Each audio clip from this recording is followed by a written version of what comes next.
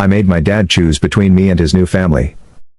My father, 52, and I, 25F, along with my 3-year-old Cocker Spaniel, Moxie, live in my mom's ancestral house that I inherited along with other assets when she died when I was 16 due to cancer. My father got married to his high school sweetheart a few months ago while he was on a trip with his friends. Apparently they've been in contact for almost 2 years now.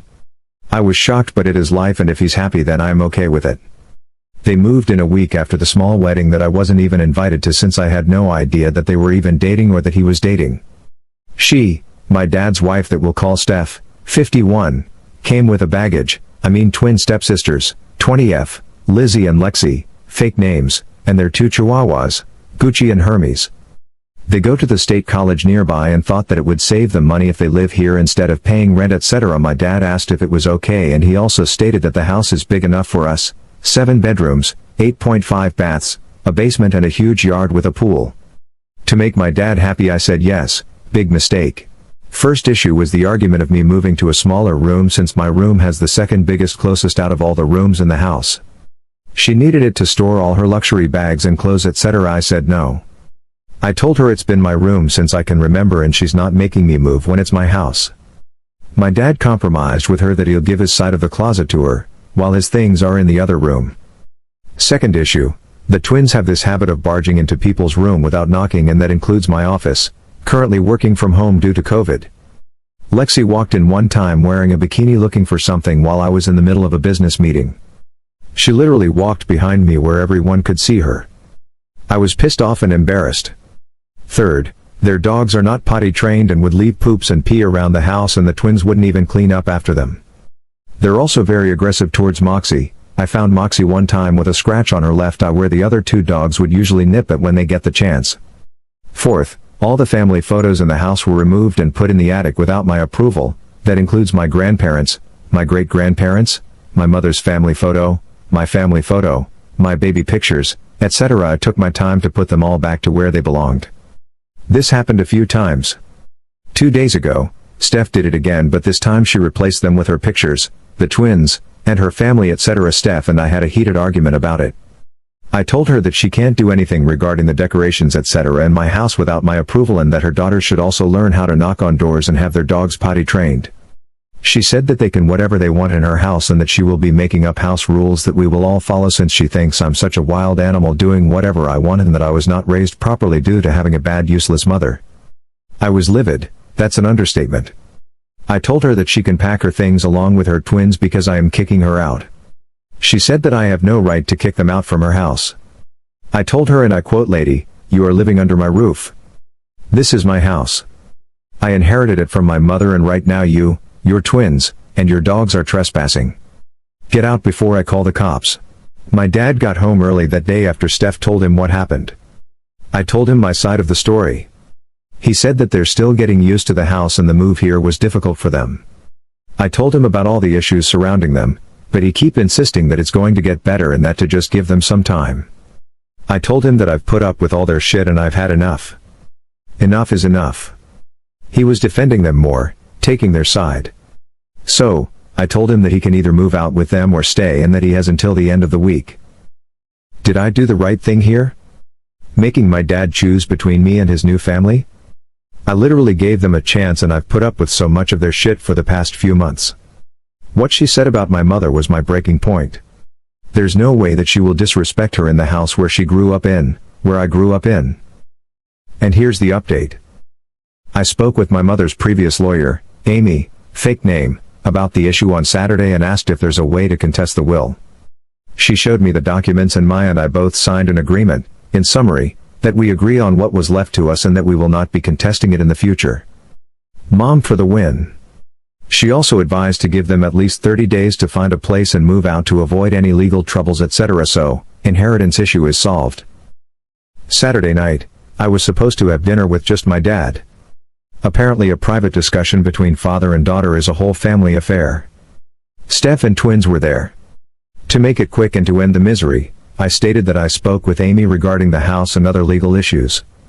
I also added that they have 30 days to find a place and move out. Steph tried to object, But Dad shut her down by saying that we can fix the issue and that we can all go to family therapy and that we just need time to get to know each other. Cue my eyes rolling.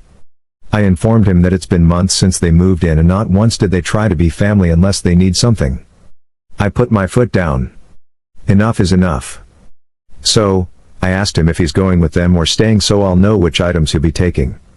He asked if I'm kicking him out, which I told him I'm not, that he's free to choose to wherever he goes, but I told him that he should not expect me to keep in contact with him if he decides to leave. Steph asked why I'm kicking him out of his house. I told her that I inherited my house from my mother. She said that he told her that I live him. I guess she thought that I live with my dad in his house. Big misunderstanding on their part. Lexi argued that it's going to be hard to move since they're finishing up spring semester and that finals are in a couple of weeks. I just smiled and said to better hurry and find a place. I left after that. Yesterday, Easter Sunday, I invited my boyfriend and his family and my two best friends over to celebrate Easter Sunday. My dad has been calling me and I didn't bother answering the call. He tried to invite me to spend the day with them. As far as I'm concerned, the only family I have right now are my two best friends, my boyfriend and his family. It was a good Sunday, we did some egg hunting and a few games and had a big dinner, which I haven't had in a long time. I felt right. Anyway, right now I'm finishing up on documenting everything that's worth over $500 in the house. I had a few people over to help document them. All locks have been changed. I only gave a copy to my BF, don't worry about my dad asking him about the key, he doesn't approve of him since he's middle class. I also hired professionals to install a security system around the house and property and I am scheduled to meet with someone regarding the fences and gate. I have not tapped into the fund that my mom left since I started college to help with tuition, dorm, and other expenses, but this is an emergency and it calls for it. All the family pictures, portraits, etc. are currently in a storage. All other valuables that are small are in a safety deposit box. All documents are in a water and fireproof safe that requires a key and pin to open, currently in my room. I'm trying to take all the precautions and advise that you guys wrote on the comment section in my previous post. Thank you for those. So, that's about it for now. Not really sure why Dad is choosing to be with them than me, his own flesh and blood. I'll update this if there's any news or something stupid happens, but I've come to accept that for some unknown or unexplainable reason, they're more important to him than me. It's hard, since he's the only family I have left here, and I'm really not that close with his side of the family. So, once they move out, I am cutting contact with them. He's a grown man and he can decide whatever the fuck he wants to do with his life. Thanks for all the support and well wishes. And now let's go to the comment section. Let's hear it from our top commentator from Reddit. First from Viper Bunny, great job. Don't let your dad play you. He made his choice. He may try to lie to you in order to get his way. Don't let him weasel his way back in. He is out and needs to stay out. Don't be surprised if some big emergency comes up where someone claims they are sick or injured, and need more time, or help. That is what my family does. I cut them out 3 years ago. In the last month alone, according to the harassment, my grandpa needed blood and had a rare issue and they wanted me to get tested, never said what to get tested for. My grandma has a stroke, the doctors say if it was a stroke it was small and there is no damage. My sister wants to divorce her husband and my parents aren't supportive. Why is my mom leaving frantic voicemails about how my sister needs my support, and now that grandpa has pneumonia or congestive heart failure, not to be cold but he is 90 and in poor health and he is going to die and there is nothing I can do about it. They treat me like a monster because I don't care.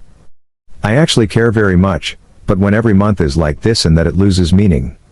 They manufacture emergencies so things can never get better and they have an excuse. You make sure to keep up the great work and document everything. You are kicking ass. This next one is from Squarian. So, whenever I have had major life decisions like this, I like to ask myself one question: will I regret this on my deathbed or will it have still been the right decision? I don't have any advice for you other than to ask yourself that question. Good luck to you.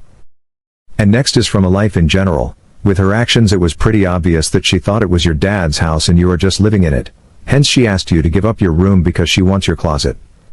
She thought she can drive you out, most likely intended. Nicely played. And yes, Mom for the win. This is like the re-edited story of Cinderella, when everything goes right for Cinderella but not for the stepmother and the stepsisters. Another comment from maiden_of_sorrow, the stepmom has sex with him so he will choose whatever keeps her in his bed. It's pathetic how some men, and some women, care more about orgasms than their own children. I'm sorry op. Focus your time and energy on your BF and his family. Next is from Laugh or Cry Live or Die, well done. I know that you are making your mom proud. And lastly from Cats and Bears, I can just imagine the roasting dad is going to get now that stepmom has found out this nice big house isn't his at all and they aren't all going to be staying there and doing what they want with it. I wonder if he told her that Op's trust fund money was his too. How long is stepmom going to hang around after that, I wonder? And that's all for today guys. See you on the next one.